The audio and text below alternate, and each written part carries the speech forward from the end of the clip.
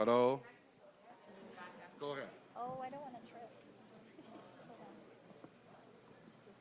Go ahead. Okay. I'm going to start? Okay. Yeah, please. Okay. Good afternoon. I'm Jean Yip, the Liberal candidate for Scarborough Aging Court. Welcome. And I'm joined and actually share a border with Han Dong of Don Valley North, the Liberal candidate there. Thank you, Jean. And I'm also very pleased to be joined by the Scarborough slate of candidates. Yes, woo! Woo! Bill Blair, Scarborough Southwest, Gary Andersangary, Scarborough Rouge Park, John McKay, Scarborough Gilwood, Selma Zahid, Scarborough Centre, and Sean Chen of Scarborough North. Over to you, Han. That's great. Welcome, everybody. I'm your local candidate for Don Valley North. We are at one of the best establishment restaurant in my riding, Paramount Foods. And I just want to let you know that the special guest today, he's going to come by every table, so you can be seated throughout this event. He's going to come and you can offer him something, or he'll offer you something. But it's going to be a great event. Without further ado, if I may, to introduce the president of Paramount Foods, Mr. Mohamed Faki, and the Right Honorable Leader of our party, Justin Trudeau.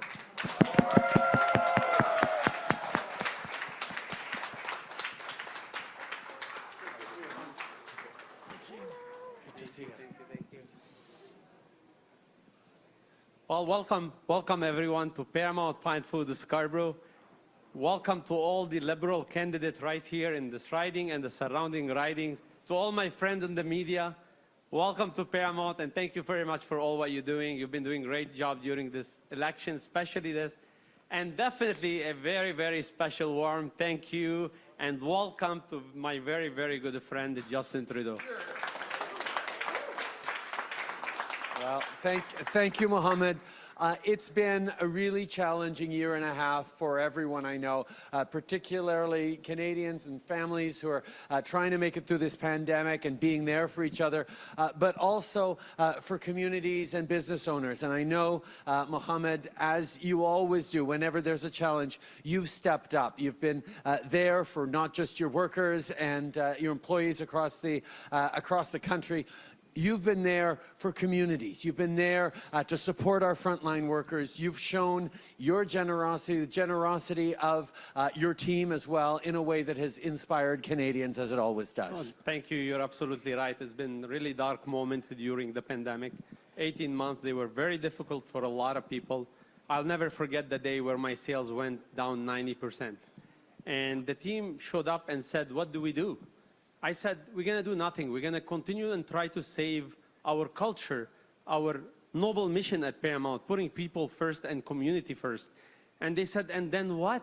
I said, I'm sure. I have a friend, his name is Justin Trudeau. He will show up for the people of this country. He will show up for the staff, and he will show up for businesses. Let's don't give away our noble mission, putting our people first. Do whatever you want to do. Do not fire an employee. In a couple months, I'm sure the government will show up for us, and you did. Well, you know, Mohamed, one of the things that you've always done for your family, your community, your teams, is you've been there for them. You have their backs, and that's exactly the decision that we took as a government, to know that we had to support people through this pandemic. We had to be there for them. And every day when I stepped out in front of that house to talk about what we were doing, how we were, hey, we're inventing a CERB to support people. We're doing a wage subsidy. We're doing this. Everyone needs to stay home. All those different things was all about really two things. The first one, and the most important, was to make sure we were supporting you, supporting Canadians, supporting families, supporting workers, but also supporting businesses, supporting the economy, because that's the second thing. We knew that if we had people's backs, yes, it would be a lot of money put out into people's pockets at a very difficult time, but it would be paid back fast and more with the growth we could create when restarting the economy from the shutdown of the pandemic involved turning on the lights and calling back your employees and not restarting from scratch. That was the decision that Canada made, to be there for each other, not just because we're nice, because of course we are, but also because it was the smart thing to do. And business leaders like you did that, and we were able to support each other that way. But let's be honest. Even as people were being there for each other, even as people were volunteering and helping out and seeing each other through this pandemic, this virus that hit everybody in different ways, hit vulnerable and racialized Canadians harder than anyone else. It was a pandemic that affected women. It affected low-income areas, places where people are on the front lines doing service jobs, doing essential jobs in grocery stores and elsewhere that they couldn't actually stay home from. Not everyone can work from home on a computer. Vulnerable people were more at risk. And communities where people live together in closer quarters, higher density areas, those were also at risk. And we saw that in the impacts of the various waves. And that's why we needed to step up, and why people like Mohammed, you stepping up on communities was so important as well. Well, thank you. Do you remember how we met? We met, you were an MP, backbencher in the opposition. We met for dinner. Omar Gabra, my friend, and Navdeep Bain set it up, and they came back after. We had dinner alone, and they came back after for the espresso. And since then, we stayed a friend. I know this man. I know Justin Trudeau. And the only reason we stayed a friend, because he does stand for the right thing. And I've seen it every single time I've called him. Look, immigrants come to this country like me with $1,200 in their pocket. I've lived in a basement apartment.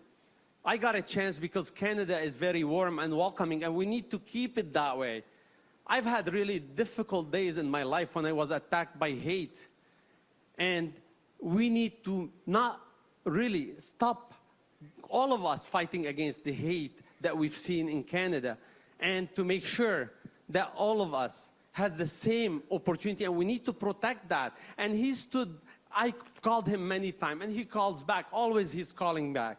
And I've called him many times to help people in Mexico, the woman that needed help at the border of Mexico. He stood by me.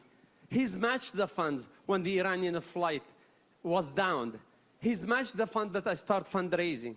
And when Lebanon, the explosion of Lebanon, right, happened, I called him and he said, we're there with you.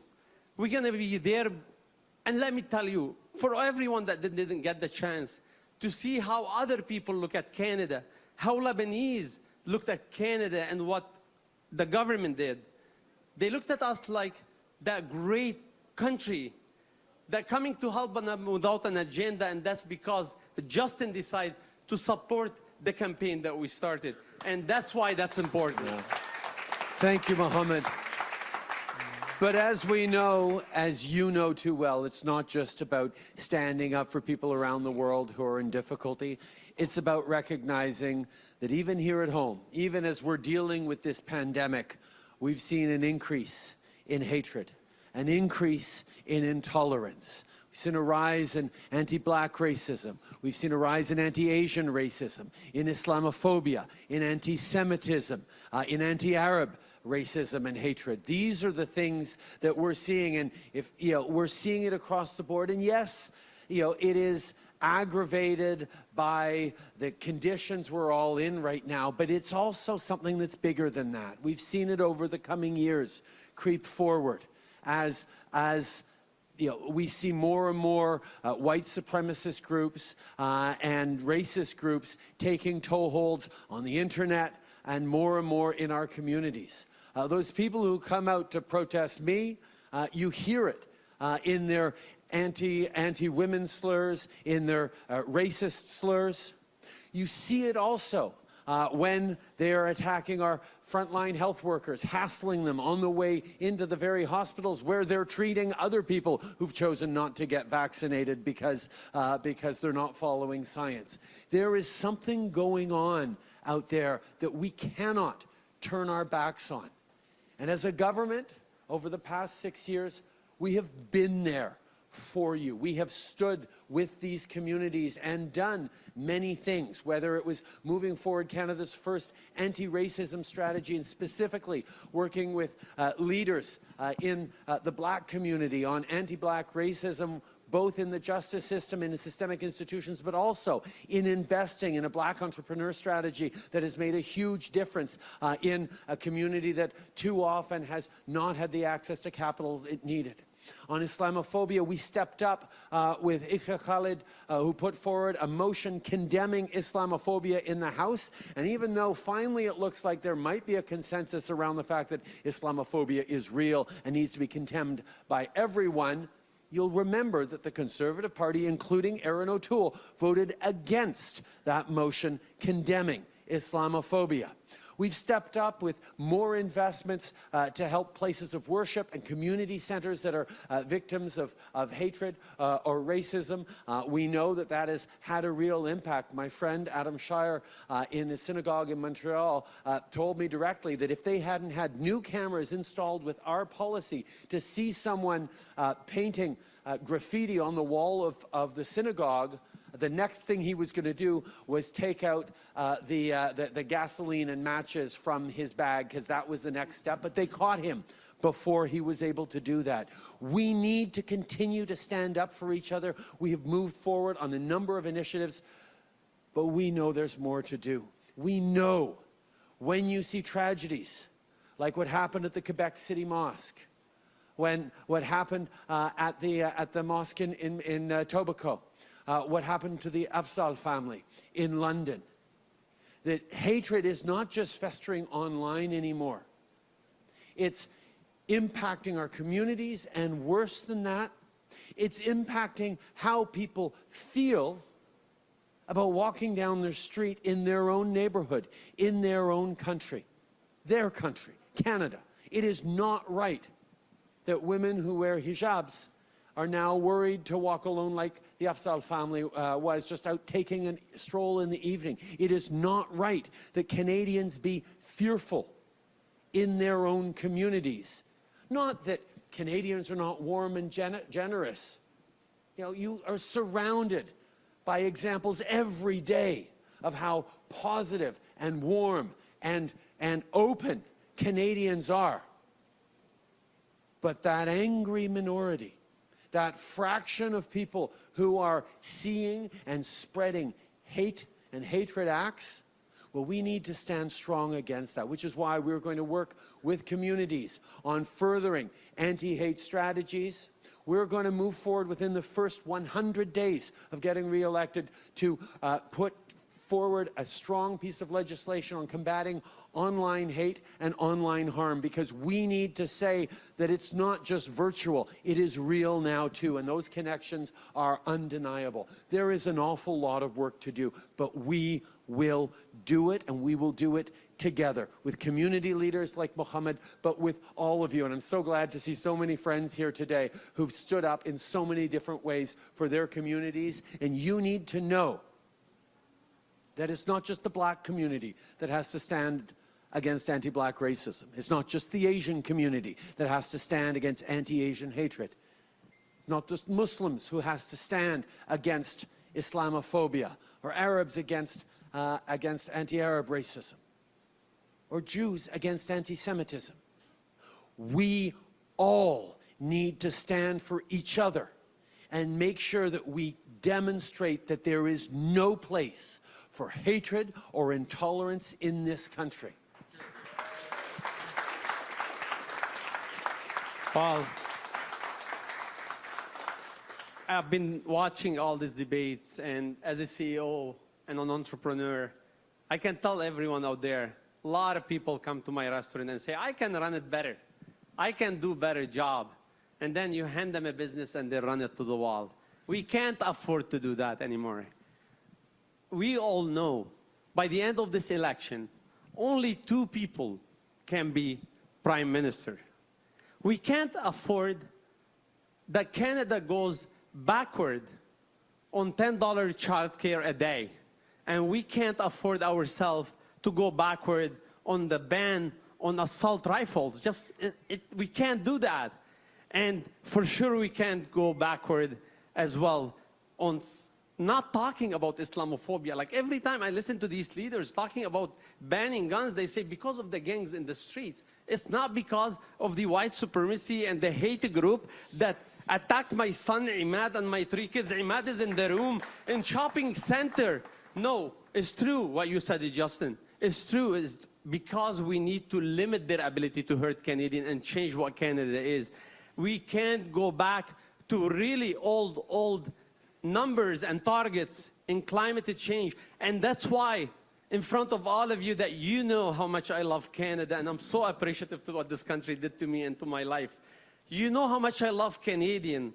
I'm saying to all of you, and you know how much I care, that we all need to elect Justin Trudeau. We need to elect the Liberal Party of Canada to make sure that we continue moving forward. Thank you, Mohammed, for that endorsement. And I think one of the things we have to be really conscious of is Canada is just an extraordinary country. We do wonderful things, but we know we need to do more. We know we can be better. We have to be better. And when you're a progressive who believes that things can and should be better, it's easy to spend all your time saying, oh, what you've done is not enough. You need to go further. I'm the first to say, yes, I agree. We need to go further. But to pretend that we haven't done anything on fighting against climate change over the past 6 years, that we haven't done anything on fighting racism, that we haven't done anything on reconciliation with Indigenous peoples, that's not progressive. That's cynical. And we don't need more cynicism in politics. And that, I think, is where the NDP and the Green Party are getting it wrong. Yes, we need to do more. I'm the first to say that. But to pretend that nothing got done is to devalue the extraordinary work of millions of Canadians across this country who over the past 6 years, since turning their back on Stephen Harper, have made real positive change in their communities, in building opportunities, in walking the road of reconciliation. And to convince people, or try to convince people, that there's no difference between electing a Liberal government or a Conservative government, it's just wrong. Because progressive Canadians know it makes a difference if you have $10 a day childcare and 250,000 new spaces across the country. It makes a difference if you ban assault weapons and keep them banned, which is not what Erin O'Toole can say. It makes a difference when we move forward on a real housing strategy and investments that are going to help you buy your first homes as young people, that are going to protect seniors. It makes a difference whether you choose to put even more ambition on the fight against climate change rather than turning back to the Harper approach on climate change. So shame on you, Jagmeet Singh and Annamie Paul, for pretending that there's no difference between Liberals and Conservatives. Canadians know better. Progressive Canadians know better. And that's what we stand together on. We will continue to fight for a better country where everyone has opportunities. We will stand with communities across this country against racism and hatred, and we will create that better future for your kids and grandkids we all know we need. Merci beaucoup, mes amis. Thank you so much, Mohammed.